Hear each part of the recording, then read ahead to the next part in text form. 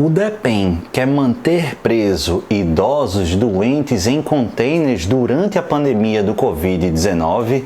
É sobre isso o tema do nosso vídeo de hoje e mais, ao final dele eu vou tentar antecipar de maneira fundamentada qual será a posição do Superior Tribunal de Justiça sobre essa celeuma. Antes, deixa eu te pedir duas coisinhas. A primeira, dá o joinha aí no vídeo, porque você fazendo isso, a gente vai divulgar ainda mais esse vídeo e o canal para mais pessoas aqui no YouTube. Aproveita, se você não está inscrito, se inscreve e aciona o sininho, porque sempre que eu trouxer conteúdo novo, você vai ser devidamente notificado. E pessoal, a polêmica que a gente vai abordar hoje é justamente sobre um pedido realizado pelo Departamento Penitenciário Nacional no final de abril desse ano de 2020, direcionado à presidência do Conselho Nacional de Política Criminal e Penitenciária, justamente pedindo para suspender momentânea e temporariamente as diretrizes básicas para a arquitetura penal. Pedro, o que danado são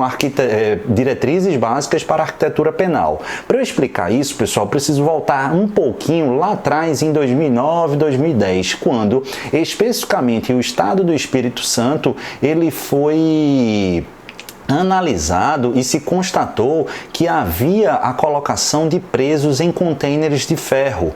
E essa situação ficou nacionalmente e internacionalmente de maneira bastante impactante, marcada, a ponto de o Brasil sofrer reprimendas em órgãos internacionais de tutela dos direitos humanos. E perceba, aquilo ali foi algo tão marcante e ficaram conhecidos aquelas penitenciárias, ou melhor, aqueles presídios, aquelas celas, aquelas masmorras, na verdade, como presídios de ferro. Percebam, no verão chegava a sensação térmica a mais ou menos 50 graus, um verdadeiro inferno na Terra.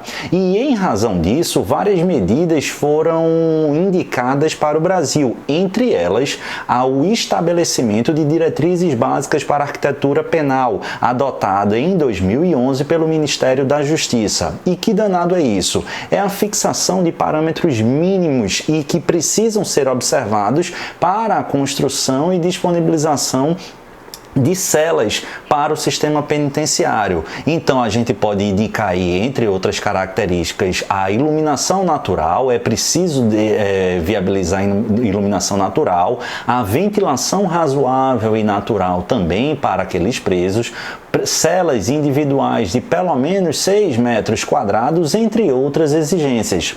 Só que veja só, obedecer a essas diretrizes básicas de arquitetura penal, este documento esse que norteia o Ministério da Justiça e o Conselho Nacional de Política Criminal e Penitenciária, inviabiliza naturalmente a utilização de containers. Por quê? Lembra, e é aqui que eu trouxe a origem da história lá do Espírito Santo, o objetivo, ou pelo menos esse documento, ele surgiu como reação àquela situação. E surge novamente, agora em debate, por quê? Porque o Departamento Penitenciário Nacional, ele quer a suspensão desse regramento, dessas diretrizes, para justamente autorizar a fixação, a construção e a disponibilização de contêineres para uma parte da população carcerária. E aí você me pergunta, Pedro, mas por que eles simplesmente não vão e utilizam? É que para a utilização de verba federal, especificamente a verba do Departamento Penitenciário Nacional para a construção de novos estabelecimentos e alocações penitenciárias, é imprescindível a observância daquelas diretrizes básicas. Sem a observância daquelas diretrizes básicas, não há possibilidade de utilização do dinheiro do DEPEN para essa finalidade. E, justamente, eu preciso da suspensão dessas medidas, dessas diretrizes, para que eu possa efetivar essa política pública objetivamente e temporariamente. Aí, bacana, beleza. O que é que acontece aqui? Acontece que a ideia do DEPEN, a ideia inicialmente do Ministério da Justiça, agora em abril, foi pegar o seguinte: olha, a gente vive uma pandemia, um surto, e naturalmente esse surto acontece na sociedade e acontece aqui no meu jardim, no meu quintal, ou seja, no meu sistema penitenciário. Isso aqui é uma bomba pulsante. Então a gente tem basicamente três, estou sendo bem simplista, tá? Mas três caminhos. Deixa todo mundo como tá, e isso aqui pode virar um inferno, uma chacina, uma coisa absurda, e que aí o Brasil vai ser mais ainda responsabilizado. Essa é uma possibilidade. A outra, sustentada por vários organismos e órgãos de defesa dos direitos humanos, e até mesmo com muita força no Conselho Nacional de Justiça, é a tentativa de desafogamento do sistema carcerário, do sistema penitenciário, dando ênfase à liberação daquelas pessoas que se encontram na zona de risco ou acometido da Covid-19. E aqui a zona de risco, lembra-se, idosos, pessoas com hipertensão, diabetes, entre outras comorbidades. Esse é um caminho que tem se tentado e cada vez mais se intensificado quanto mais a doença vai avançando nos tribunais brasileiros, inclusive tribunais superiores, mencionando especificamente o STJ. Mas aí o DEPEN quer tentar uma terceira via, um terceiro caminho, que é o quê? É a separação dos presos já contaminados, mas sem as reações ou sem os sintomas mais severos pela Covid-19, assim como os que se encontram nessa área de maior vulnerabilidade, essa zona de maior risco, os idosos, os hipertensos, os com diabetes e assim sucessivamente, em um outro grupo. Aí eu te pergunto, certo, essa é uma medida interessante, mas onde é que eu vou colocar esse pessoal? Os contaminados, mas sem grandes reações e sintomas severos, e os que são dessa zona mais vulnerável. É aí que está a ideia do DEPEN, é construir momentaneamente, de forma provisória, esses containers de ferro e alocar esse pessoal nessas instalações. Só que, repito, para isso é imprescindível que a suspensão das diretrizes básicas da arquitetura penal. Perceberam a celeuma? Bacana. Agora que vocês perceberam, a gente precisa resgatar aquela ideia que eu mencionei lá no início do vídeo, qual seja, vamos virtualizar, vamos fazer um prognóstico, uma especulação de qual será o posicionamento do Superior Tribunal de Justiça. Eu não tenho certeza, claro que não tenho certeza, até porque essa decisão do Conselho Nacional de Política Criminal e Penitenciária ainda não foi tomada, não sei qual vai ser, mas vamos imaginar que eles autorizem, que haja suspensão das diretrizes básicas da arquitetura penal e se autorize a utilização de verba pública do DEPEN para a construção desses containers. Vocês acham que qual será a reação? Vários órgãos de direitos humanos e de defesa dos direitos humanos já anunciaram. Se isso passar, no outro dia haverá medidas judiciais para evitar essa situação. Porque, para esse entendimento, haveria aqui violação ao princípio da dignidade da pessoa humana e de um tratamento justo e humanitário para os presos. Inclusive, estaríamos aqui diante de uma forma de pena cruel, que é banida, que é impedida pelo texto constitucional de 1988. E aí, Pedro, como é que você especula a posição do Superior Tribunal de Justiça? A gente tem um parâmetro. Lembra lá atrás que eu falei que a utilização de containers já foi uma realidade em outros lugares do Brasil, citando o caso especificamente do Espírito Santo? Essa situação chegou à época lá em 2010, 2011, 2009 para o STJ. O STJ analisou uma série de casos, inclusive habeas corpus. A título de ilustração, eu trouxe aqui o HC 142-513, analisado lá pela 6ª turma do Superior Tribunal de Justiça. Justamente situação em que os presos eram colocados em containers. Esse HC é oriundo lá justamente do Espírito Santo. E qual foi a conclusão? A conclusão, pessoal, do STJ à época é no sentido de que essas prisões em containers são absolutamente inadequadas e ilegais e ilegítimas. seja porque desrespeita os padrões mínimos fixados pela Lei de Execução Penal, seja porque ela se revela atentadora à dignidade da pessoa humana, viola claramente a integridade física e moral dos presos.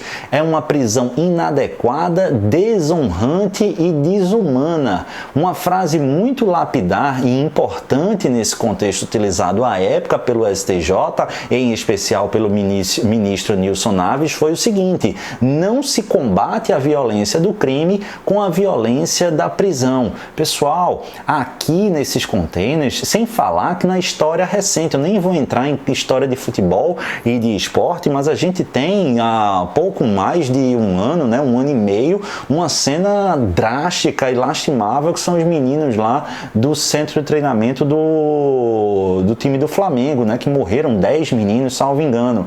Então, assim, a gente não tem... Pedro, você está dizendo que vai haver morte, queimada e incêndio? Não, não estou dizendo isso. O que eu estou dizendo é que container não é lugar para se colocar pessoa e ainda mais presos. Por quê? Porque é um puxadinho, um arremedo de solução. E para piorar tudo, me parece, pessoal, muito temerário que você coloque nessas instalações justamente pessoas que estão contaminadas pela Covid-19 e pessoas que são hipervulneráveis, que têm outros tipos de comorbidade. Eles são criminosos, são presos provisórios e precisam cumprir as respectivas sanções e penas e punições ou medidas cautelares, quais sejam envolver a restrição da liberdade de locomoção. Se o Estado é incapaz de prestar essa solução, se prestar a isso, aí é uma outra conversa. Agora, criar puxadinho que diz respeito a parâmetros mínimos, aí é algo bastante temerário. O STJ vai replicar esse entendimento? Não sei. Mas há um outro argumento também interessante para quem sustenta a inviabilidade.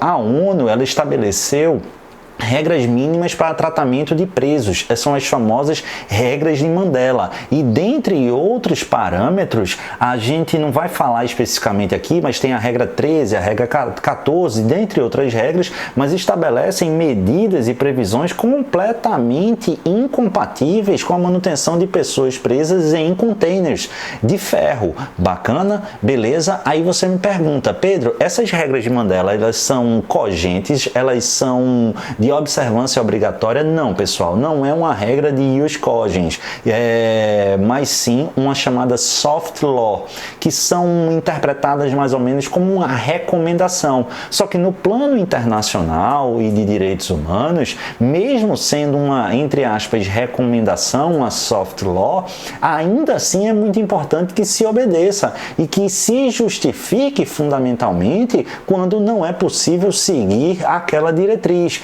E isso é importante para a visão do país perante a comunidade internacional. Daí porque, mesmo não sendo de observância obrigatória, vem pelos países internacionalmente vinculados à Organização das Nações Unidas, à ONU, vem sendo respeitada dentro das possibilidades. Bacana? Beleza? Aí, por outro lado, tem um outro argumento, certo? Só que se a gente colocar todas essas pessoas em liberdade, há uma hipervulnerabilização de quem? Da sociedade. A gente precisa ser responsável. A ideia da proporcionalidade para a solução de problemas públicos e da sociedade, ela precisa vislumbrar a ideia, claro, da proibição do excesso, mas também da proibição da proteção deficiente, e colocar todo esse pessoal de uma vez só em liberdade, restaria o quê? Restaria uma violação da proporcionalidade sob a perspectiva da proibição da proteção deficiente, porque a gente estaria vulnerabilizando ainda mais a sociedade. Então é esse o debate, vocês naturalmente imaginam qual é a minha posição de defensor público, e não só como defensor público, porque eu não entendo como uma medida de colocação de presos em situação de crueldade, e não há é completamente insalubre, pessoal. Eu já tive a oportunidade de ver as instalações em containers, e não é um container com ar-condicionado e tudo mais, são verdadeiras caixas de ferro, e se você estiver num ambiente de verão ou de calor, umidade, como no Nordeste, como no Norte, entre outros locais, é um lugar completamente insalubre, ainda mais para você colocar pessoas de mais idade e com comorbidades ou mesmo pessoas doentes contaminadas pela Covid-19. Mas é um debate que está posto, a decisão ainda não foi tomada, a gente não sabe, mas eu não me surpreenderia que você fosse instado a se manifestar sobre isso num concurso. Te trouxe os elementos aqui, você tira suas conclusões. Se for numa prova dissertativa, você coloca as duas informações, você coloca as duas ideias. Pedro, para a gente finalizar, tem como você garantir que o STJ vai observar esse mesmo entendimento? Não. E por uma simples razão, na verdade por duas. A composição foi bastante alterada, já que a gente está falando de uma realidade de quase 10 anos atrás, e 2, a gente não está num período de normalidade. A ideia da pandemia e da Covid-19 é uma realidade que nos toca e naturalmente vai influenciar com maior ou menor grau a decisão do Poder Judiciário e em especial dos juristas, dos ministros do Superior Tribunal de Justiça. Aguardemos. A ideia que eu quis trazer aqui é sobre o pedido do DEPEN, a pendência de análise do Conselho Nacional de Política Criminal e Penitenciária e por que é tão importante essa autorização para a suspensão das diretrizes básicas da arquitetura penal, justamente para poder viabilizar a utilização de verba do DEPEN para a construção dessas instalações provisórias. Espero que tenham gostado, não se esqueça de deixar o legal, se inscrever aqui no canal, sempre que eu trouxer conteúdo novo você vai ser devidamente notificado. Aproveite e comenta aí o que você acha sobre essa polêmica. Qual é a posição que você entende mais pertinente? Espero que tenham gostado. Um beijo no coração, fiquem com o Papai do Céu e até o próximo vídeo. Valeu, pessoal!